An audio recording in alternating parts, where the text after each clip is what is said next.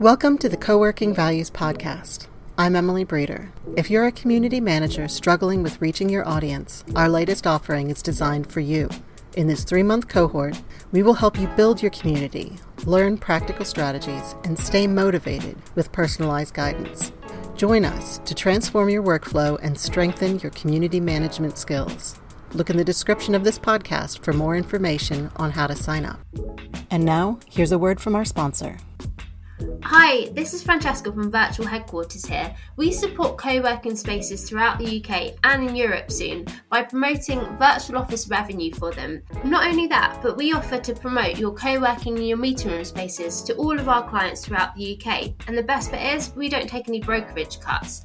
If you check out the show notes, there's a link to how our virtual office partnership works. And if you want to arrange a call with me, I'd be happy to discuss everything and talk you through the process. I hope to speak to you soon. Thanks. Hello, folks, and welcome to another edition of the Co-working Values podcast. And today in the studio, I've got Miguel, who we met via the LinkedIn Google Co-working group. So, Miguel, can you tell us what you're known for, and then what would you like to be known for? Very good afternoon, Bernie. Thank you for having me here. Well, I believe I'm known for these days running the first rural co-living in the region of La Rioja in the north of Spain. We are located in a village called Sojuela, and our co-living Sojuela Joven, as I said, is one of the first ones located in a rural area here in the north of Spain. So why I dragged you into the studio here, because I'm really interested in that kind of rural co-working, local economy regeneration kind of thing. And Maria, who runs our rural co-working project, I've already been on the phone to her this morning about this. But how I'm going to mess it up? Sojuela, is that how you say it? That's pretty much the name. Yes, Sojuela. I've been married to an Argentine for 20 years and they're still teaching me how to speak, so do forgive me. But how has that influenced the local economies and the cultural landscape of small towns? What is there a transformation you see happening, or are you still waiting for the transformation to happen? Definitely. The results are very fast and clear. We have been open for 10 months. And during these 10 months, we have to remember this village. Even if data says we are in this village over 700 people, let me explain that. This village contains a golf course about 2 kilometers from the traditional village. So we have a lot of people living there. But the village itself, the traditional place, hosts around 35 to 40 inhabitants during the whole year, but August. So basically, this place on which we live 40 people from the very beginning when we have been open contains between 7 to 8 new international digital nomads, entrepreneurs, freelancers, workers that are living here. So this increase of over 20% of the real population of a very small village declares very obvious results from the very beginning. These can be shown from the dynamics of the village to the economical impact to, just new conversations, a little bit of noise, new faces, and these encounters that happen during the day with the, let's say, traditional inhabitants of the village create beautiful bondings and beautiful relations that make an outstanding impact. And how often, maybe you said it already and I missed it, how long do people stay there? Yeah, well, during this journey that these 10 months have been opening, we have had people living here between 1 and 3 months, basically. Our intention, though, is to bring people here for as long as possible. We believe people that comes here over 6 months allows themselves to open up, to engage further with the community, and to create even local projects themselves. So we are aiming for that kind of people living with us, even though till this day, as I said, digital nomads mainly like to move. That's why they are digital nomads. So if they left their house, it's not to just get stuck in hours. So they come for 1, 2, or 3 months mostly. And did you have to go and pitch this idea to the local government, or like what sort of role does the local, I think it's municipality we say, isn't it, Yes. play in this? Well, this project has a beautiful support from the regional government.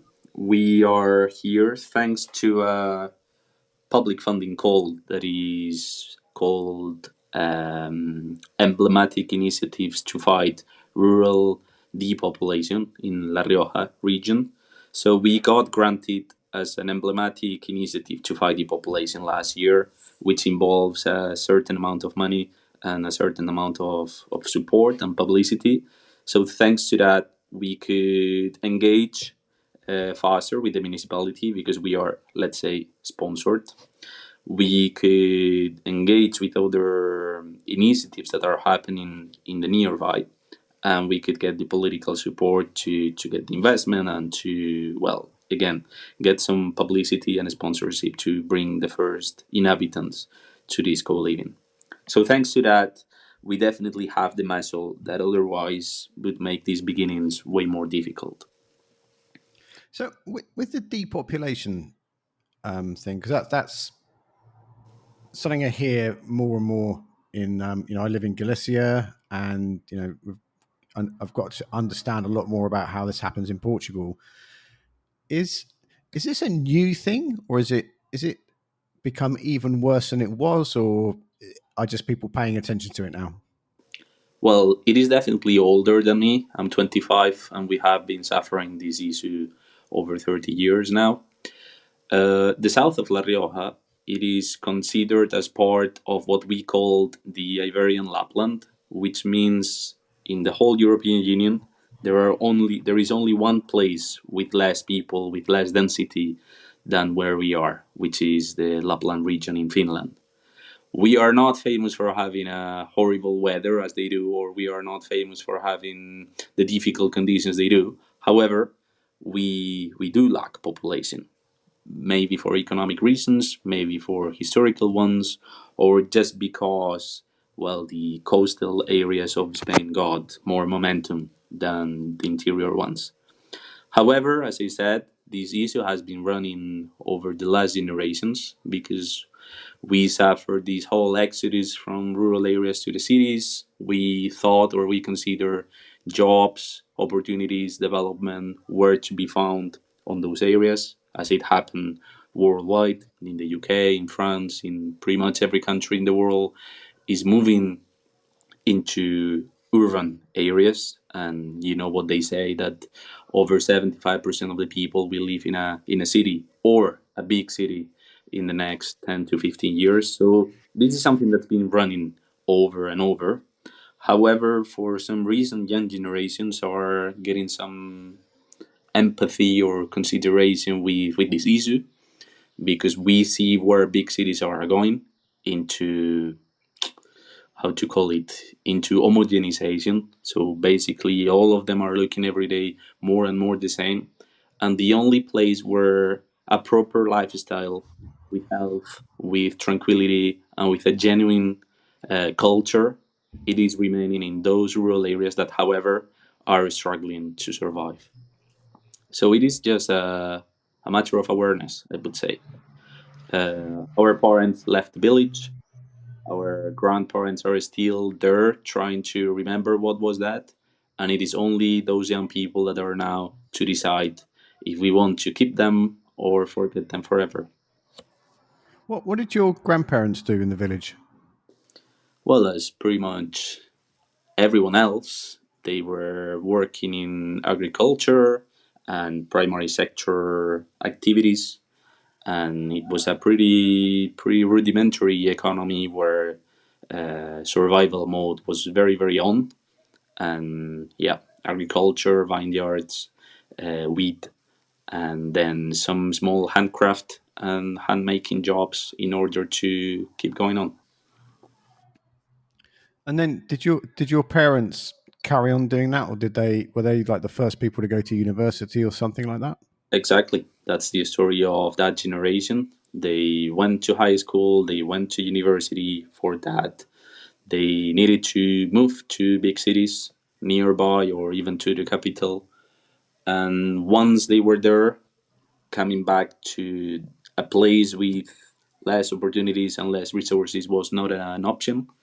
And they moved to bigger or medium towns in order to develop their professional careers, connected most of them with the third sector, and that's how it went. And now this generation that has been born in these cities, because I'm not born in a village, not anymore.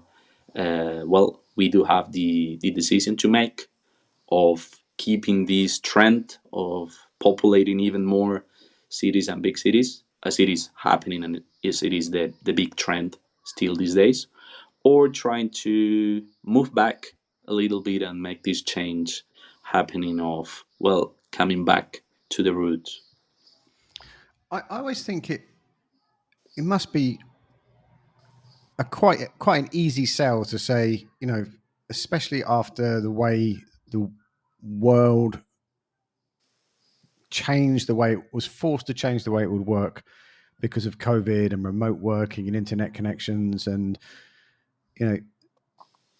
the idea of living somewhere that's cheaper, cleaner, more fresh air, more healthy, and working online, and then be able to travel because you save so much money, living in a rural setting, is pretty attractive. And there are obvious, like downsides to it. There's probably not going to be like a Pasha nightclub in a rural area, but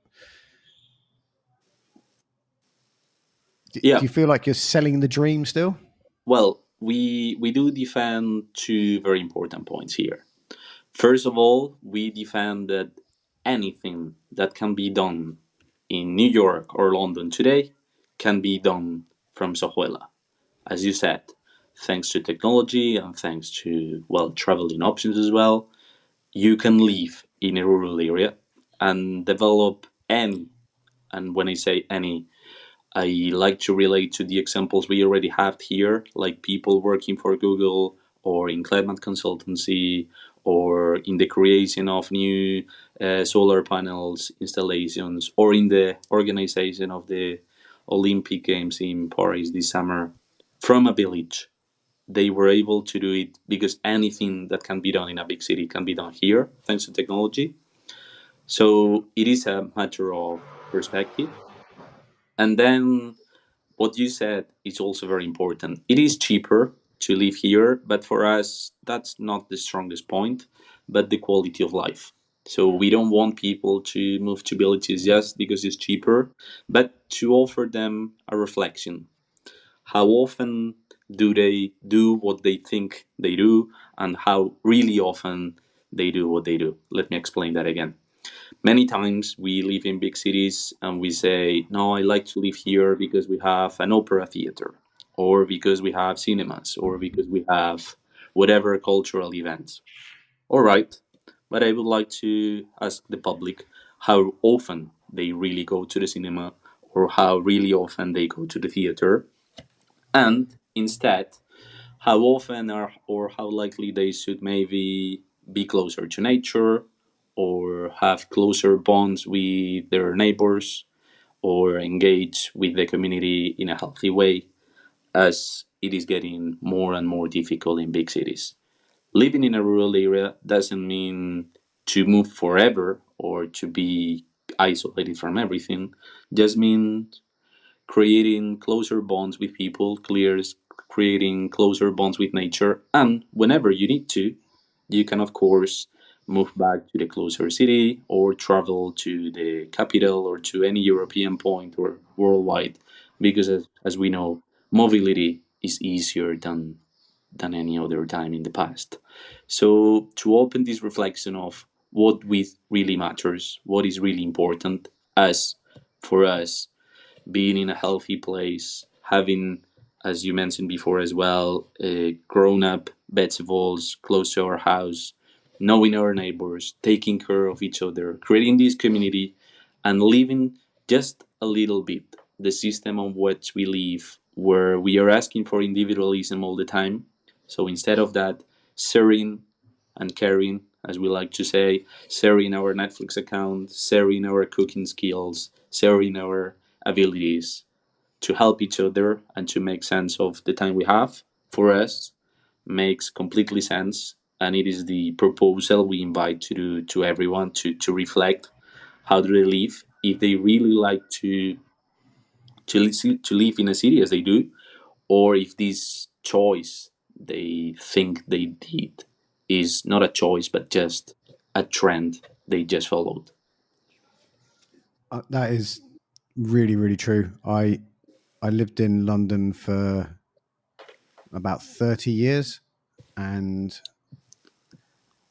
the amount of times I went to certain places, I wanted to live there because of all the things you said. And I did go to them and I had a great time. And I am madly, madly in love with London, and it helped shape me. But the amount of times you go there versus think you want to go there is very, very different. And like moving here in like Vigo is a region of 300,000 people. Mm-hmm. So I've gone from a city of London, or London, which is like 8 or 9 million people, to a region of 300,000 people, and the the the space, the head space you have is unbelievable, and I don't think you realize it until you've been here for a bit.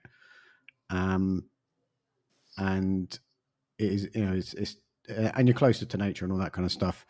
And that is way more valuable than being able to get to Westfield Shopping Centre in six minutes, which used to be really important to me. Um, what I want to make sure I get this in. So, Miguel, how did you get from being born to, academia and then founding Manfred? Mm-hmm. Like, Long story short, that's a very specific career path. You could have ended up working for Vodafone or something. definitely. Long story short, when I was 17, I went to study to the UK. I went to study to Ireland. I did work for the European Parliament after graduation. And then COVID hit, as usually mentioned. And back in time, I was already engaged with the European Erasmus Plus program of youth and non-formal education.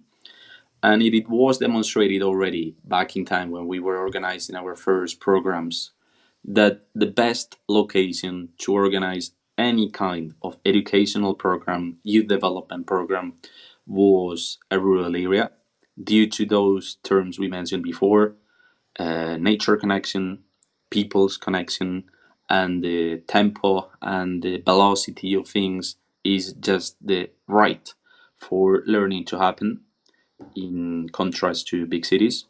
So, with those points in consideration, I kept doing several studies abroad in Europe. I've been living 7 years abroad in the last 8, and it is only 10 months ago I decided to move back to Spain, to move back to a rural area in order to focus on these educational and learning programs, and at the same time to invite and offer anyone that is interested into a new kind of lifestyle in co-living Sojuela Joven to have it. So we are basically killing two birds with one stone. We have our proper location to run the educational programs we are still running these days, and we are inviting any young entrepreneur, young worker to make a thought again, to have that reflection, and try a new lifestyle here in a rural area. So a few things I want to ask you is, I'm going to go back like 3 lines here. One, I just have to know because where did you live for 7 years? I'm really Sure. interested.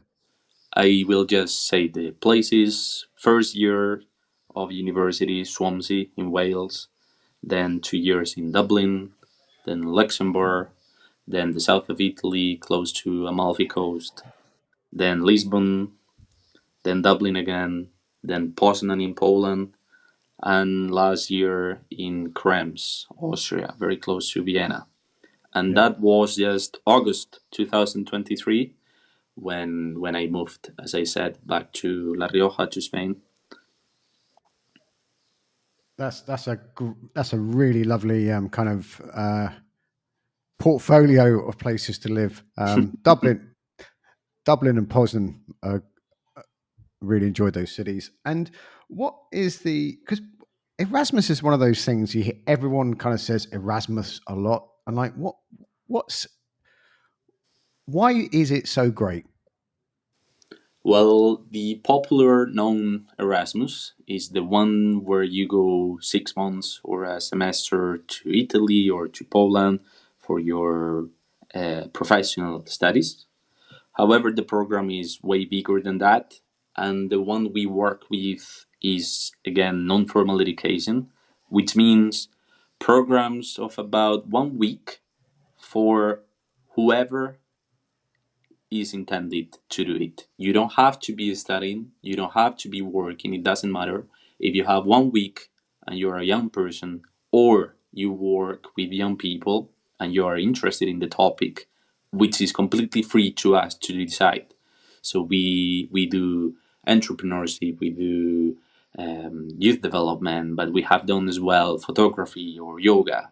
We get to choose the topic, so we get absolute freedom on that.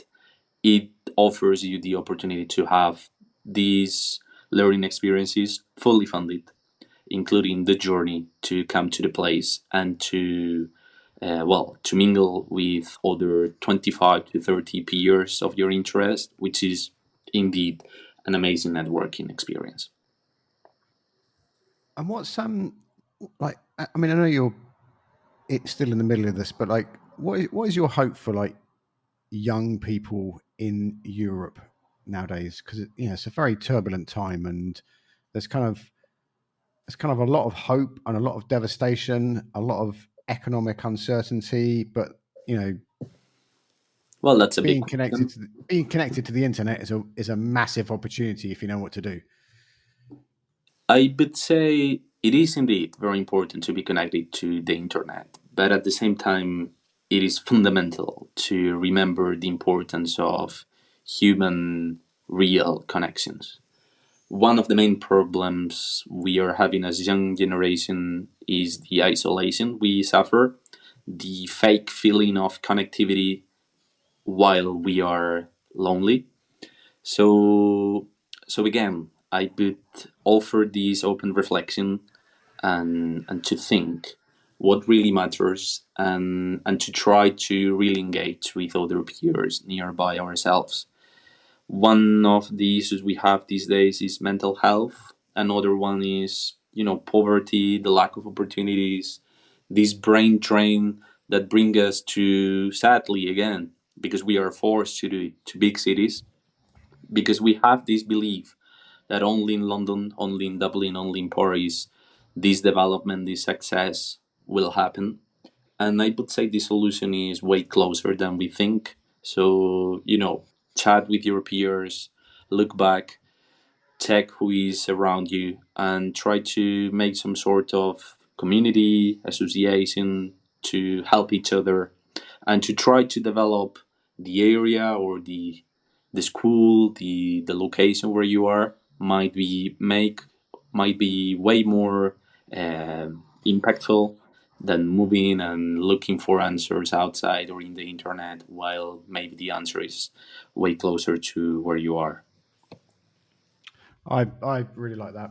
I know I know people directly to which that is quite a hard sell, but I think that is because, like you said earlier, like mobility is much easier. Like living somewhere and then traveling rather than like living somewhere very expensive, in a major city and trying to survive is I don't know. I think until you've done it or you know someone that's done it, you can't quite get it. It's not as it'd be nice if you could just flick a switch and everyone would get it.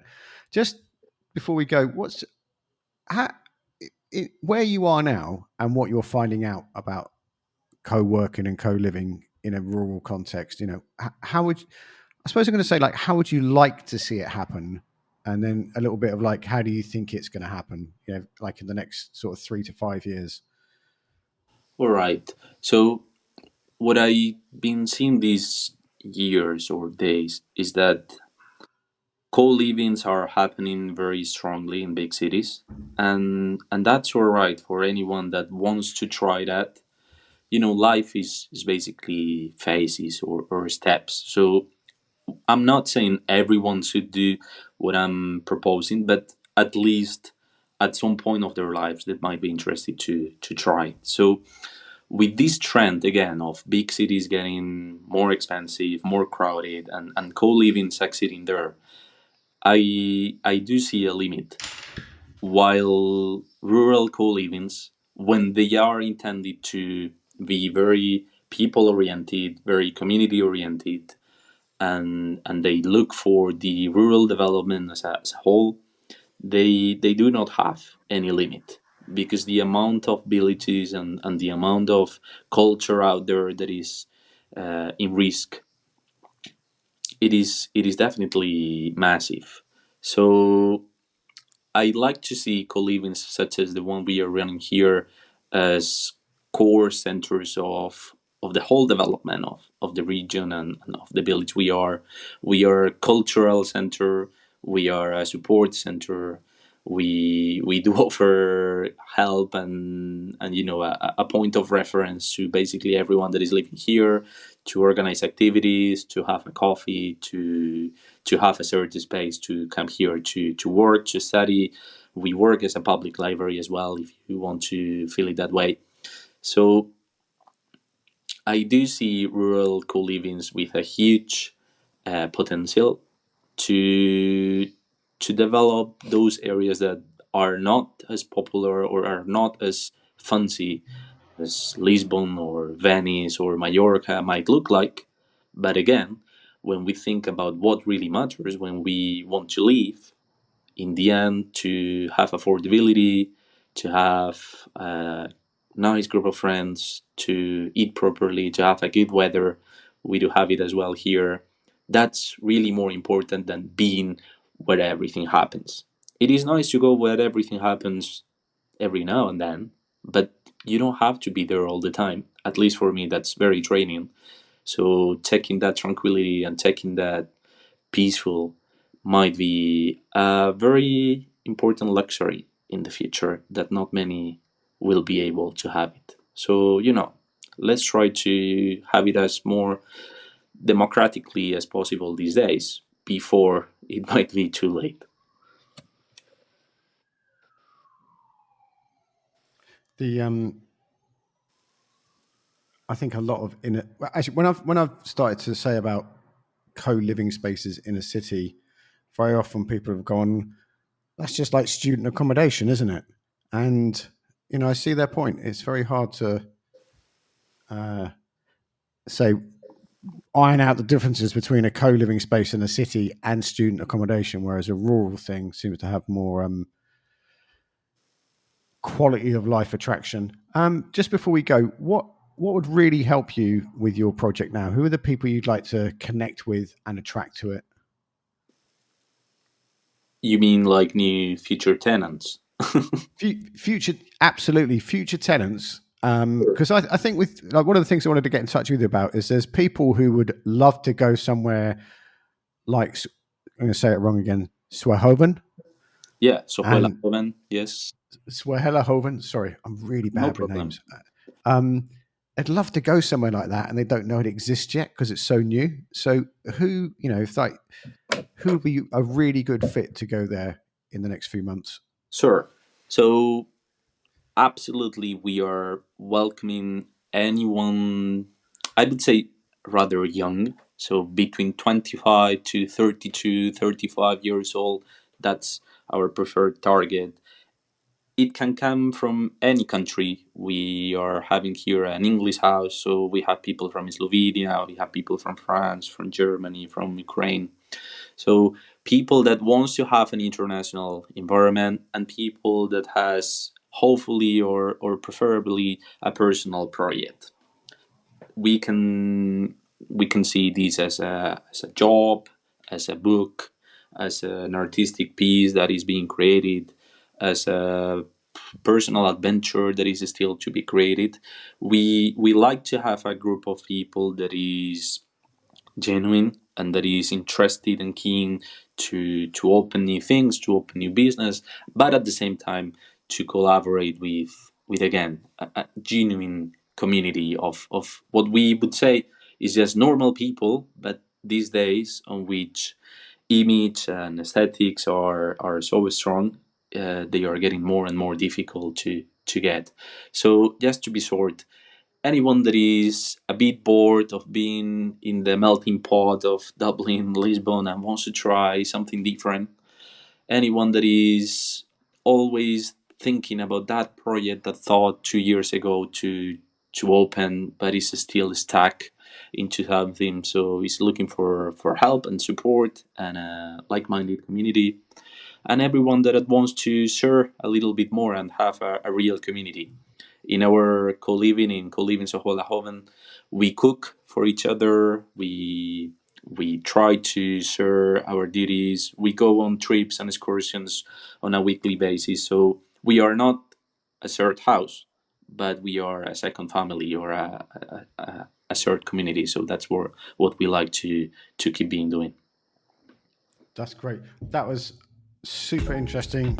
We're going to put links in the show notes to all these things and a link to Miguel on LinkedIn. I'm going to say link about 3 million times now.